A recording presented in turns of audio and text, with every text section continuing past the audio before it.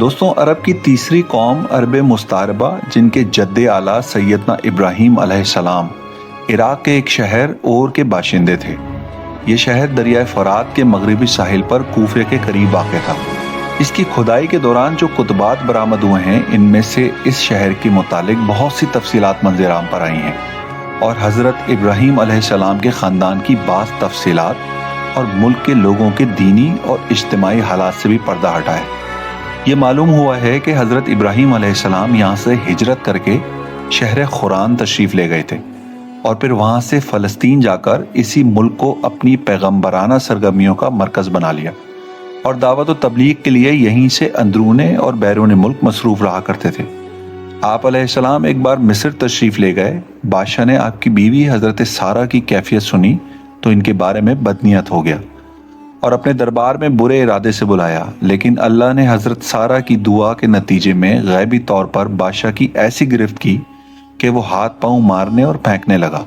اس کی بدنیتی اس کے منہ پر مار دی گئی اور وہ حادثے کی نوعیت کو سمجھ گیا کہ حضرت سارہ اللہ تعالیٰ کی نہایت خاص اور مقرب بندی ہیں، اور وہ حضرت سارہ کی اس خصوصیت سے اس قدر متاثر ہوا کہ اپنی بیٹی حضرت ہاجرہ کو ان کی خدمت میں دے دیا۔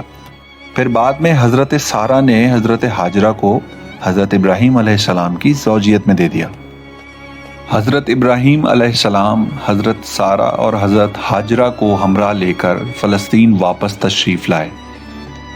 پھر اللہ تبارک و تعالیٰ نے حضرت ابراہیم علیہ السلام کو حضرت ہاجرہ کے بطن سے ایک فرزند ارجمن اسماعیل علیہ السلام عطا کیا، لیکن اس پر حضرت سارہ جو کہ بے اولاد تھیں بڑی غیرت آئی اور انہوں نے حضرت ابراہیم علیہ السلام کو مجبور کیا کہ حضرت ہاجرہ کو ان کے نوزائیدہ بچے سمیت جلا وطن کر دیں۔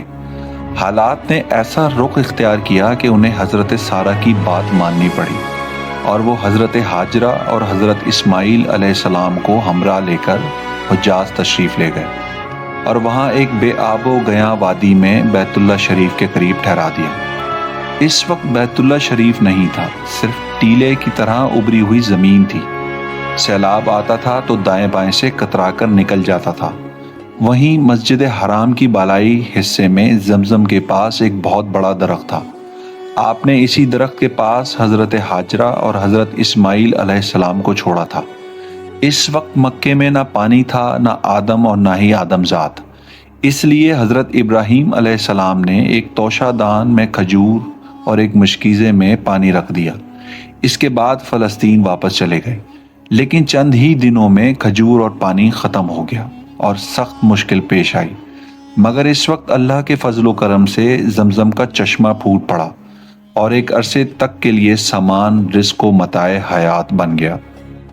حضرت ابراہیم علیہ السلام اپنے متروکات کی نگہداشت کے لیے وقتاً فوقتاً مکہ تشریف لایا کرتے تھے، لیکن یہ معلوم نہ ہو سکا کہ اس طرح ان کی آمد کتنی بار ہوئی۔ البتہ تاریخ سے 4 بار ان کی آمد واضح ہوتی ہے۔ قرآن مجید میں بیان کیا گیا ہے کہ اللہ تعالیٰ نے حضرت ابراہیم علیہ السلام کو خواب میں دکھایا کہ وہ اپنے صاحبزادے حضرت اسماعیل علیہ السلام کو ذبح کر رہے ہیں۔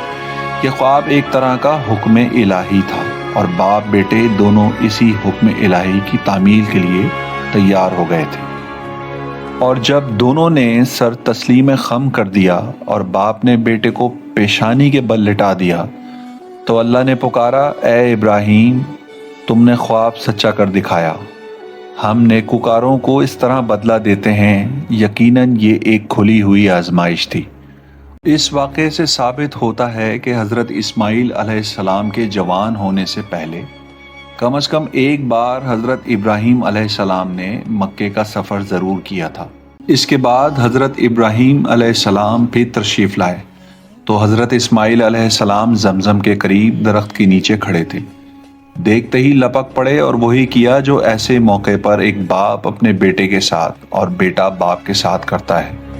یہ ملاقات اتنے طویل عرصے کے بعد ہوئی تھی کہ ایک نرم دل اور شفیق باپ اپنے بیٹے سے اور ایک بیٹا اپنے باپ سے بمشکل ہی اتنی لمبی جدائی برداشت کر سکتا تھا۔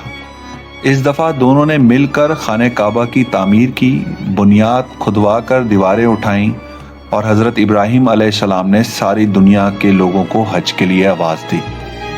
دوستوں امید کرتا ہوں کہ یہ معلوماتی ویڈیو آپ کو پسند آئی ہوگی۔ عرب سیریز کی اگلی ویڈیو کے ساتھ بہت جلد حاضر ہوں گے۔ اگر یہ ویڈیو آپ کو پسند آئی ہے تو ویڈیو کو لائک اور شیئر کرنا مت بھولیے گا اور میرے چینل کو سبسکرائب ضرور کیجیے گا اور کمنٹس باکس میں اپنی قیمتی رائے کا اظہار ضرور کیجیے گا۔